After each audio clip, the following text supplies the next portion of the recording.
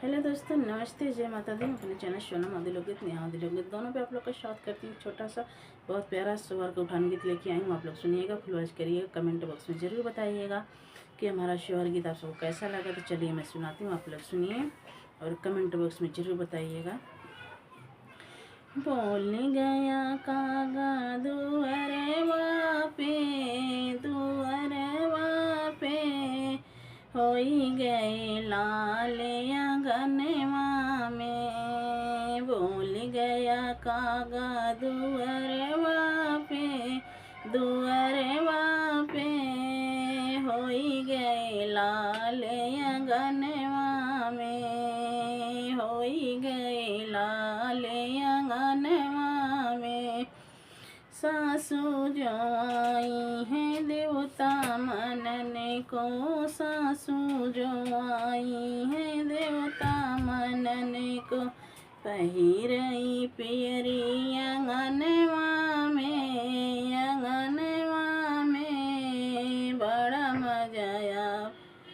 बड़ा मजाया वही होरिलवा में, बड़ा मजाया वही होरिलवा में।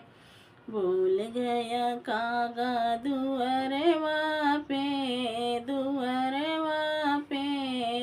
होई गए लाल आंगनवा में, होई गए लाल आंगनवा में। बोल गया कागा दुअरवा पे होई गए लाल आंगनवा में, होई गए लाल आंगनवा में। जेठनी जो आई है पिपली पीसन को, जेठनी जो आई है पिपली पीसन को, जेठनी जो आई है पिपली पीसन को। झुमका पहिरई आंगनवा में, बड़ा मजाया वही होरिलवा में। झुमका पहिरई आंगनवा में,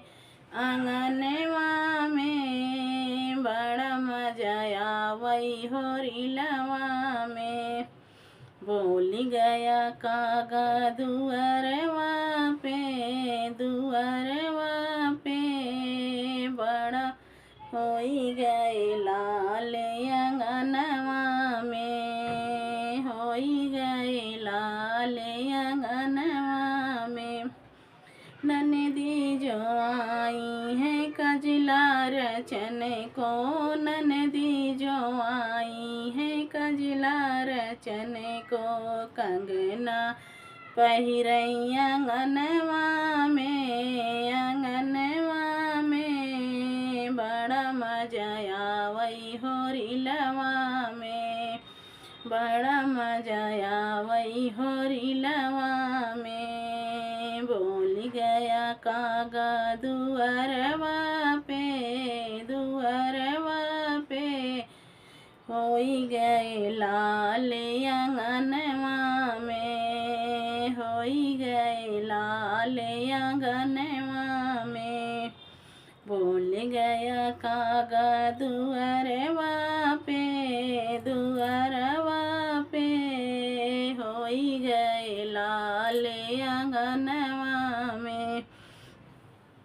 देवरा जो आए हैं बसिया बजन को, देवरा जो आए हैं बसिया बजन को।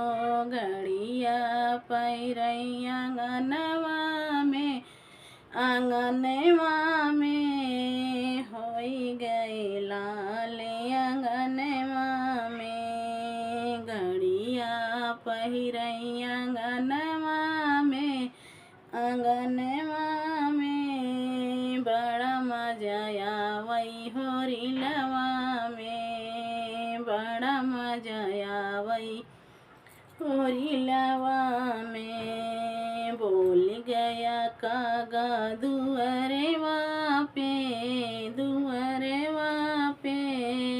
होई गए लाल आंगनवा होई गए लाल अंगनवा